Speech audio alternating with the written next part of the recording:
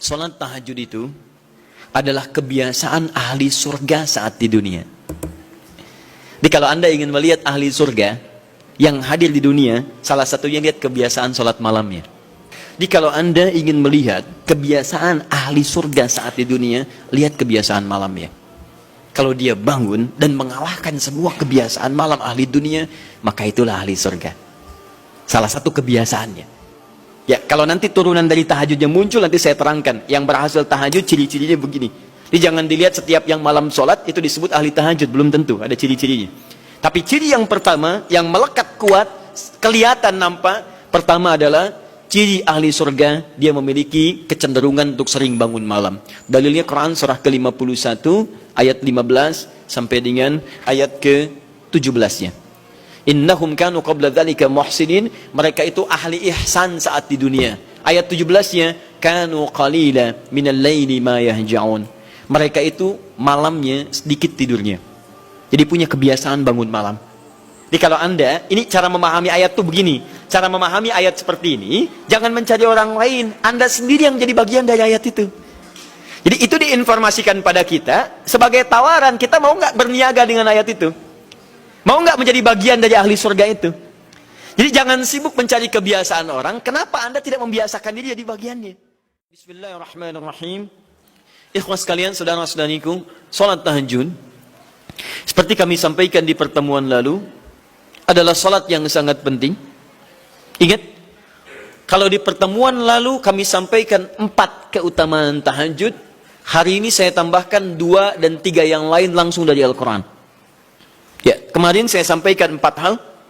1, masih ingat Quran surah ke-17 ayat 79 sampai dengan 81 itu. Orang yang rajin tahajud akan mendapatkan 4 keutamaan yang tidak didapatkan oleh orang-orang yang tidak tahajud, sekalipun sholat fardunya begitu khusyuk. Di antum sholat fardu khusyuk, bagus, tapi nggak tahajud, nggak dapat 4 keutamaan itu. Ini sudah saya bahas panjang lebar di pertemuan lalu, saya hanya sebutkan cepat saja. 1, Allah akan mengangkat karir, pekerjaan atau aktivitasnya di tempat yang terbaik. Ya, jadi kalau antum misalnya pengusaha atau orang karir di kantor dan sebagainya, itu akan cenderung kemudian ditolong oleh Allah, diangkat ke tempat yang terbaik. Terbaik itu tidak harus puncak yang paling tinggi, direktur tidak misalnya. Tapi tempat yang bisa membuat nyaman hidup Anda, sholat bisa nyaman, bergaul juga nyaman, dan tenang kehidupannya. Mungkin level Anda nggak sampai puncak ya direktur utama, mungkin direktur 1, 2 gitu ya. Tapi Anda dijauhkan dari hal-hal yang maksiat, dijauhkan. Sholatnya enak, punya ruangan nyaman dan sebagainya. 2, Allah akan bimbing setiap ahli tahajud. Allah akan bimbing sehingga menjalani awal pekerjaannya dengan begitu mudah. Wa rabbi adkhilni mudkhalas sidqin. Ya Allah, tolong bimbing saya supaya mengawali pekerjaan dengan cara yang benar. 3, awas hati-hati. Anda memang posisi tinggi, sekarang dapat proyek. Apakah setiap yang dapat proyek menjalani pekerjaannya dengan benar? Belum tentu. Jangan tinggi-tinggilah. Maaf ya, apakah orang tua yang sekarang menyekolahkan anaknya ke tempat belajar menjalani awalnya dengan benar? Hati-hati ya Bu ya, Pak. Bapak Ibu menyekolahkan anak dengan awal yang salah, maka memberikan jalan keburukan ketika dia belajar. Saya katakan jangan pernah Anda masukkan anak Anda ke sekolah dengan menyogok. Bayar sekian supaya masuk, menyalahi aturan. Kalau awalnya sudah salah, bagaimana anak Anda bisa belajar dengan benar? Mustahil mendapatkan sesuatu yang tidak baik. Yang baik itu mustahil didapatkan. 3, wa akhrijni mukhrajas sidqin. Allah berikan jalan keluar terbaik dari persoalan yang dirasakan. Di ahli tahajud itu setiap punya masalah, bukan nggak dapat masalah ya, bukan tidak bermasalah hidupnya. Dia mendapat ujian juga.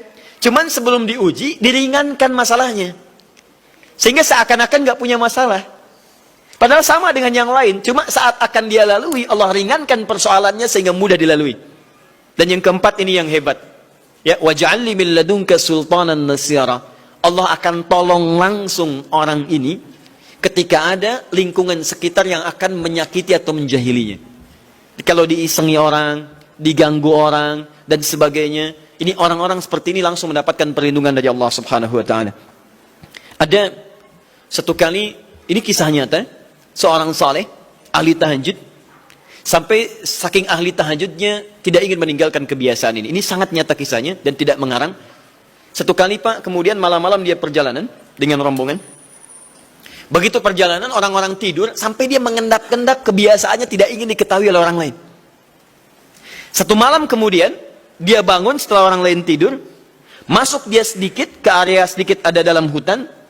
Begitu sedang menunaikan sholat, dia duga kemudian tidak ada orang lain yang melihatnya. Ternyata ada satu orang atau beberapa yang kemudian tergerak, mendengar suara dan menyaksikan kebiasaan dia. Anda tahu apa yang terjadi? Dan inilah yang disampaikan oleh orang-orang yang melihat itu. Begitu sedang sholat, teman-teman sekalian, tiba-tiba baru bertakbir malamnya, lompatlah dikisahkan seekor harimau di depannya. Dalam keadaan yang sudah lapar. Saya mau tanya pada bapak ibu, begitu sholat misalnya Allahu Akbar, tiba-tiba samping ada harimau. Wow. Apa yang dilakukan? Kabur. Udah gak panjang pikirnya, kabur ya kan? Tapi sekarang lihat apa yang beliau sampaikan. Begitu datang harimau itu, perhatikan ahli tahajud ini. Dia ingat dengan janji Allah. Dia ingat dengan janji Allah. Perhatikan baik-baik ya. Kalau Anda sudah punya kebiasaan Qur'ani dalam jiwa Anda, maka ayat itu akan hadir membimbing Anda dalam setiap kesulitan Anda. Apapun itu. Nabi Yusuf dekat dengan Allah. Ketika digoda muncul ayatnya. Laula ara'a burhana rabbi. Kalau bukan melihat petunjuk dari Rabbnya, niscaya ada sesuatu yang buruk terjadi kepadanya. Tapi Allah jaga beliau. Lihat baik-baik teman-teman. Begitu melompat harimau itu, kemudian dia katakan dalam jiwanya. Lihat kalimatnya. Ya khalqallah. Hei makhluk Allah. Dia tidak katakan ya namar, hei harimau, tidak. Kalau disebutkan harimaunya, menunjuk pada zatnya. Tapi dia lekatkan makhluk ini kepada penciptanya. Hei makhluk Allah. Ya khalqallah, hei makhluk Allah. Jika saya memang rizki yang telah Allah tetapkan untukmu pada saat ini, maka saya ridha untuk engkau makan, silakan. Tidak ada masalah. Kalau Allah tetapkan saya sebagai rizki untukmu pada saat ini, silahkan. Tapi kalau saya bukan menjadi rizki yang telah Allah tetapkan untukmu pada saat ini, maka jangan coba-coba ganggu ibadahku hari ini. Lihat kalimatnya, bukan jangan makan aku. Ingat, bukan jangan makan aku. Jangan coba-coba ganggu ibadahku saat ini, atau aku akan mohonkan pada Allah penciptamu untuk menghancurkan engkau saat ini juga. Perhatikan, dia minta jangan ganggu tahajudnya, bukan jangan makan dirinya. Apa yang terjadi ketika dikaitkan dengan ayat perlindungan tentang tahajudnya, maka tiba-tiba harimau ini pergi meninggalkannya, mengaum sekali langsung pergi. Anda bisa bayangkan, bisa nggak malam-malam begitu Anda sholat, tiba-tiba ada nyamuk misalnya kan banyak tuh. Begitu Anda mulai disengat oleh nyamuk, diambil, Anda katakan, hei nyamuk, kalau ini memang rizki yang telah Allah tetapkan untukmu saat ini, sedot sebanyak-banyaknya, saya ikhlas. Tapi kalau bukan, jangan coba-coba ganggu saya. Atau saya mohonkan kepada Allah pencipta untuk menghancurkan kau saat ini juga. Masya Allah. Kira-kira apa reaksi nyamuk? Makin banyak kayaknya. Coba cek. Berarti chemistry-nya harus lebih dibangun lagi. Tingkatkan. Itu waj'alni min ladunka sultanan nasira. Nah, maka teman-teman sekalian, dari 4 ini, kemudian Nabi menguatkan tentang itu sampai muncul ayat-ayat khusus dari Al-Quran untuk memberikan jaminan-jaminan. Ini tambahannya. Yang kelima, ini yang belum saya sampaikan pertemuan lalu. Kelima, sholat tahajud itu adalah kebiasaan ahli surga saat di dunia. Jadi kalau Anda ingin melihat ahli surga yang hadir di dunia, salah satunya lihat kebiasaan sholat malamnya. Bukan nonton bola. Dan tidak dikalahkan oleh bola. Dia nggak peduli. Mau Kroasia menang 2-1 lawan Inggris, dia nggak peduli. Ya, mau Prancis menang 1-0 lawan Belgia, dia nggak peduli. Pokoknya terserah. Yang penting juaranya Prancis misalnya gitu kan? Tidak. Dia nggak peduli. Mau siapapun nggak ada masalah. Dan tidak dikalahkan. Jadi kalau Anda ingin melihat kebiasaan ahli surga saat di dunia, lihat kebiasaan malamnya. Kalau dia bangun dan mengalahkan semua kebiasaan malam ahli dunia, maka itulah ahli surga. Salah satu kebiasaannya. Ya, kalau nanti turunan dari tahajudnya muncul, nanti saya terangkan. Yang berhasil tahajud, ciri-cirinya begini. Jadi jangan dilihat setiap yang malam sholat, itu disebut ahli tahajud. Belum tentu, ada ciri-cirinya. Tapi ciri yang pertama, yang melekat kuat, kelihatan nampak, pertama adalah, ciri ahli surga, dia memiliki kecenderungan untuk sering bangun malam. Dalilnya Quran surah ke-51, ayat 15, sampai dengan ayat ke-17-nya. Innal muttaqina fi jannatin wa 'uyun. Sungguh di antara orang takwa itu nanti akan ada yang mendapatkan hadiah taman surga. Apa keistimewaannya? Akhidhina ma atahum rabbuhum innahum kanu qabla dzalika muhsinin. Sungguh kebiasaan mereka itu saat di surga, keutamaan surga, taman surga ini, mereka akan langsung mendapatkan semua kenikmatannya dari Allah langsung. Kalau surga lain diberikan lewildanun mukhalladun, pelayan surga. Di kalau antum ikhwan oleh bidadari surga, yang akhwat oleh pangeran-pangeran surga. Ganteng cantiknya nggak usah dibayangkan, tak terlukiskan. Ada hurun in, ada seperti mutiara, ada seperti berlian, indah sekali. Dan kata Nabi, mala ainan ra'at wala udhunun sami'at wala khatara ala qalbi bashar. Ya, gak pernah dilihat di bumi. Dia mengantarkan bi aqwabi wa abariqa wa ka'sin min ma'in, bawa gelas-gelas yang berleburan mutiara, emas dan sebagainya. Gak seperti ini, gak ada merek Akhir TV di sana nanti. Ya, semuanya indah. Tapi gak terbayang. Tapi taman surga tidak. Allah langsung yang berikan tanpa perantara. Kun fayakun. Gak usah dibayangkan, laisa kamitslihi syai'. Ada seketika. Tapi yang hebat, apa kebiasaan ini? Kata Al-Quran langsung, ini Allah yang mempersaksikan. Innahum kanu qabla dzalika muhsinin. Mereka itu ahli ihsan saat di dunia. Ayat 17-nya, kanu qalila minal laili ma yahja'un. Mereka itu malamnya sedikit tidurnya. Jadi punya kebiasaan bangun malam. Jadi kalau Anda, ini cara memahami ayat itu begini. Cara memahami ayat seperti ini, jangan mencari orang lain. Anda sendiri yang menjadi bagian dari ayat itu.